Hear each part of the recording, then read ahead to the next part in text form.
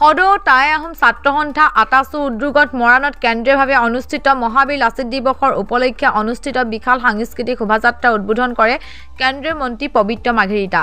আটাচুৰ কেন্দ্ৰীয় সমিতি উদ্যোগত চৰাইদেউ জিলা সমিতি সহযোগত মৰাণ আৰু মৰাণহাট আঞ্চলিক সমিতিৰ আতিথ্যত তথা মৰাণবাসী সৌজন্যত মৰাণ উচ্চতৰ মাধ্যমিক বিদ্যালয় প্ৰাংগণত দিনজোৰা কাৰ্যসূচীৰে অনুষ্ঠিত কেন্দ্ৰীয় মহাবীৰ লাচিত দিৱসৰ পতাকা উত্তোলনেৰে শুভাৰম্ভ কৰে কেন্দ্ৰীয় সভাপতি মিলন বুঢ়াগোহাঁয়ে। সংগঠনটোৰ কেন্দ্ৰীয় সমিতি কাৰ্যকৰী সভাপতি দেৱজিৎ গগৈয়ে মহাবীৰ লাচিতৰ প্ৰতিচ্ছবিত মাল্যাৰ্পণ কৰাৰ পিছত শ্বহীদ তৰ্পণ আৰু মৈদাম তৰ্পণ অনুষ্ঠিত কৰা হয়। কাৰ্যসূচীত উপস্থিত কেন্দ্ৰীয় মন্ত্ৰী পবিত্ৰ মাঘেৰিটা বানফি অনুষ্ঠানত অংশগ্ৰহণ কৰাৰ পিছত শোভাযাত্ৰা মুকলি কৰে। শোভাযাত্ৰাত কেবিনেট মন্ত্ৰী যোগেন মহন, পৰ্যটন বিভাগৰ অধ্যক্ষ ঋতুপৰ্ণ বৰুৱা, চৰাইদেউ জিলা আয়ুক্ত নেহা যাদৱ, জিলা আৰক্ষী অধীক্ষক সুৰজিৎ সিং পানেশ্বৰ, মাহমৰা সমজিলা আয়ুক্তকে প্ৰমুখ্যকে কৰি বিভিন্ন জাতি ধৰ্ম বৰ্ণ নিৰ্বিশেষ সহস্ৰাধিক ৰাইজে অংশগ্ৰহণ কৰে। ৰকিবুল হুছেইন নাগৰে নিজেই ক'লে যে হিমন্ত বিশ্ব শৰ্মাৰ প্ৰতি ৰাইজে সমৰ্থন জনাই চামগুৰি সমষ্টিটো এৰি দিছে। তেওঁতো নিজেই ক'লে কিবা হিমন্ত বিশ্ব শৰ্মাৰ কাৰণে জিকিছে নেকি তেনেধৰণে নিজেই কৈছে। গতিকে হয়, আমাৰ প্ৰতিগৰাকী কাৰ্যকৰ্তা বুথৰ কাৰ্যকৰ্তাৰ পৰা সভাপতি কলিতা দেৱলৈকে সকলোৱে সমৰ্পিতভাৱে কাম কৰিছে। কিন্তু মোদী ডাঙৰীয়াৰ আদৰ্শ তথা ডক্টৰ হিমন্ত বিশ্ব শৰ্মাদেৱৰ যিটো বিকাশৰ ৰাজনীতি, বিকাশৰ যিটো ধাৰা বৈছে তাৰ প্ৰতি জাতি ধৰ্ম বৰ্ণ নিৰ্বিশেষে ডক্টৰ হিমন্ত বিশ্ব শৰ্মাৰ হাত শক্তিশালী কৰিবলৈ আগুৱাই আহিছে। তো সেইকাৰণে আমি 5খনৰ ভিতৰত 5খন আসনেই লাভ কৰিছোঁ। বিশেষকৈ চামগুৰিখনো আমি সেইকাৰণে লাভ কৰিছোঁ। কোৱা হয় যে সংখ্যালঘুৱে ভোট নিদিয়ে, এনেধৰণৰ ভয় ভাবুকি ৰাজনীতি সদায় কংগ্ৰেছে কৰি আহিছিল আৰু বিজেপিৰ প্ৰতি সকলোৱে আজি সন্মান আৰু বিজেপিৰ প্ৰতি আশীৰ্বাদ প্ৰদৰ্শন কৰি সকলোৱে সমৰ্থন কৰিছে। গতিকে এটা আমাৰ জাতিটোৰ বাবে আচলতে শুভংবাদ। এতিয়া মানুহে মই ফেচবুকত দেখিছে যে চামগুৰিবাসীৰ যিটো স্বস্তিৰ নিশ্বাস পেলাইছে, কাজিৰঙাৰ গড়কেইটাও স্বস্তিৰ নিশ্বাস পেলাইছে, তেনেধৰণৰ কথাও আজি তাৰিখত মানুহে আলোচনা কৰিছে। গতিকে ককা নাতি ইত্যাদি বংশবাদী যিটো কৰিছিল সেই বস্তু মানুহে ভাল নাপায়। মোৰ এতিয়া তানজিল আমাৰ নিজৰ ভতিজাৰ দৰে, তেওঁৰ প্ৰতি মোৰ গভীৰ শুভেচ্ছা আছে। খুব ভাল হওক তেওঁলোকৰ, খুব ভাল হওক তেওঁলোকৰ, আৰু তেওঁৰ উঠি অহা যুৱক, তেওঁৰ উজ্জ্বল ভৱিষ্যত কামনা কৰিছোঁ। কিন্তু ৰকিবুল হুছেইন ডাঙৰীয়াই যিটো সন্ত্ৰাসৰ সৃষ্টি কৰিছিল সেই সন্ত্ৰাসটো ইতিমধ্যে ৰাইজে নৎসাত কৰিছে। আৰু এই কথা আপুনি প্ৰণিধানযোগ্য, এইখিনি মই উল্লেখ কৰাটো উচিত যে কেইদিনমানৰ আগতে আমাৰ কিছু সংবাদ মাধ্যম আৰু বাওঁপন্থীসকল তথা বিৰোধীয়ে এনেকুৱা এটা কৰিছিল যে গৌৰৱ গগৈয়ে আহি গোটেইখন তালফাল মানে হুলস্থুল লগাই গোটেই বেলেগ কৰি পেলালে।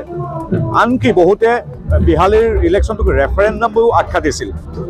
গৌৰৱ গগৈ নিজে কৈছিল যে যোৰহাট জিকিলেও এতিয়া বিহালীত বিজেপিয়ে ক'ব। কিন্তু গৌৰৱ গগৈৰ সবল নেতৃত্ব সদায় থাকক, মই পুৰা তাৰ প্ৰাৰ্থনা জনাইছোঁ। যি সবল নেতৃত্বত ৰিপুণ বৰাই জিকিছিল 5খন আসন 14খনৰ ভিতৰত, গৌৰৱ গগৈৰ সবল নেতৃত্বৰ বাবে 3খনলৈ সীমিত আহিল, আমি জিকিলোঁ 11খন।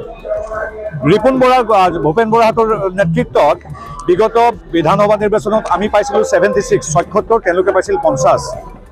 আৰু এতিয়া আমি পালোঁ 94, গৌৰৱ গগৈৰ সবল নেতৃত্বত সি হ'লগৈ 29। বিগত সময়ছোৱাত এই উপনিৰ্বাচন হোৱা বিধানসভাবিলাকত আমাৰ আছিল 4, তেওঁলোকৰ আছিল 1। গৌৰৱ গগৈৰ সবল নেতৃত্বত এতিয়া তেওঁলোক হ'লগৈ 0, আমি হ'লোঁ 5। গতিকে এই সবল নেতৃত্ব অব্যাহত থাকক।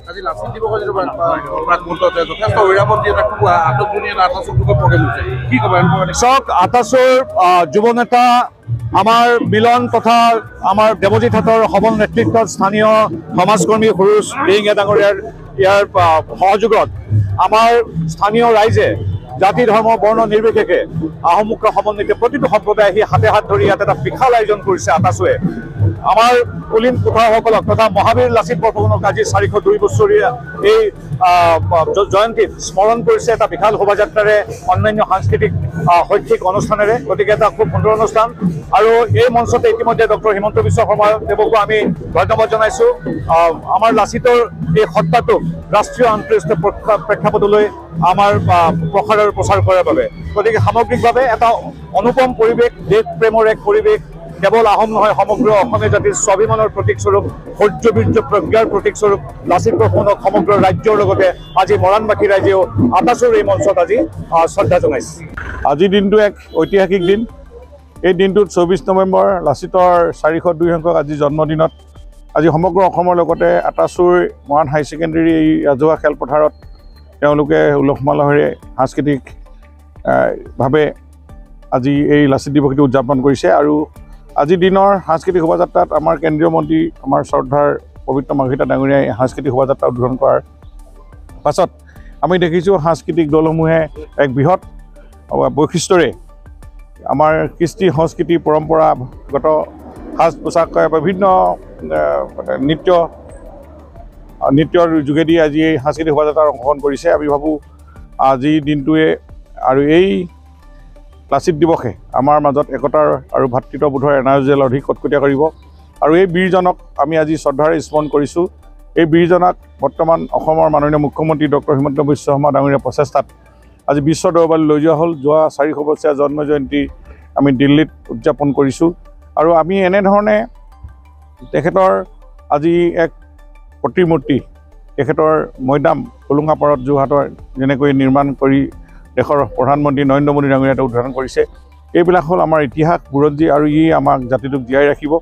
আৰু স্বৰ্গদেউ চাওলুং চুকাফা আদৰ্শৰে এই সমাজখন প্ৰতিষ্ঠা হ'ব। আমি সকলো জাতি জনগোষ্ঠী মহামিলনৰ এইখন তীৰ্থৰ অসম ভূমি। গতিকে ইয়াতে এই আদৰ্শৰে আজি অসমখন গঢ়িব লাগিব। পুনৰ ইয়াক বুৰঞ্জীৰ সেই অতীত আৰু বৰ্তমান আৰু ভৱিষ্যতলৈ আমি জাতিটোক আমি পুনৰ নিৰ্মাণ কৰি আমি বৃহৎ অসমীয়া জাতি গঠনেৰে আমাৰ দেশখন আগুৱাই লৈ যাব লাগিব, জাতিটোক আগুৱাই লৈ যাব লাগিব।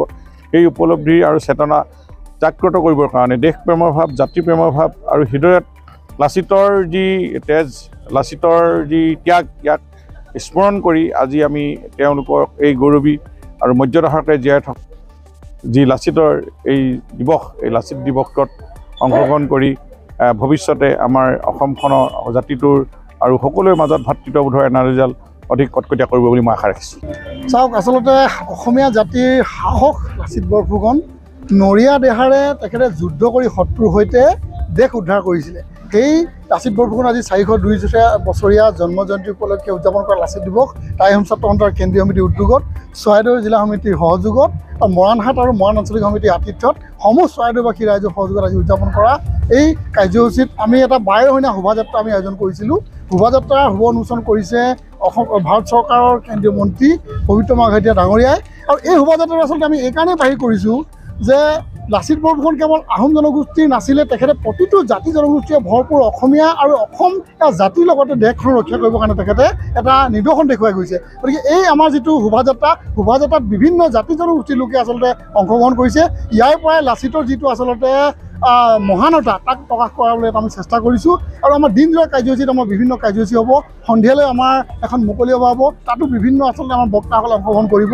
আৰু আমি এই অনুষ্ঠানৰ পৰা আমি অসমবাসী ৰাইজক আৰু ভাৰতবাসী ৰাইজক আমি আহ্বান জনাইছোঁ, টাই-আহোম ছাত্ৰ সন্থাই আমি সজোৰে উত্থাপন কৰিছোঁ যে সকলোৱে যাতে এই মহাবীৰজনাৰ আদৰ্শ আৰু ত্যাগৰ প্ৰতি সন্মান জনাই তেখেতক অজৰ অমৰ কৰি ৰখাৰ স্বাৰ্থত যাতে সন্ধিয়া প্ৰতিজন ভাৰতীয়ই যাতে এগজিকৈ নিজৰ পদূলিত বন্তি প্ৰজ্বলন কৰে, তাৰ প্ৰতি আমি আহ্বান জনাইছোঁ। সেয়ে আচলতে তেখেতক জীয়াই ৰখা এটা নিদৰ্শন হ'ব। আৰু আমাৰ প্ৰতিটো কাৰ্যসূচীত আমি সকলো ৰাইজৰ সহযোগিতা আমি কামনা কৰিছোঁ। আৰু টাই-আহোম ছাত্ৰ সন্থাই অসম চৰকাৰৰ প্ৰতি আৰু ভাৰত চৰকাৰৰ প্ৰতি এটা বিনম্ৰ আহ্বান যে যিদৰে তেখেতসকলে লাচিত বৰফুকনৰ জন্ম জয়ন্তী দিল্লীত তেখেতক উদযাপন কৰি বিশ্ব দৰবাৰত প্ৰতিষ্ঠা কৰিবলৈ চেষ্টা কৰিছে, লাচিত বৰফুকনৰ ক্ষেত্ৰত জড়িত থকা অন্য বিভিন্ন কাৰ্যকলাপ আচলতে কাৰ্যসূচী বিভিন্ন আচলতে গাঁৱে ভূঞে তেখেতক উদযাপন কৰিবৰ কাৰণে আমি আহ্বান জনাইছোঁ।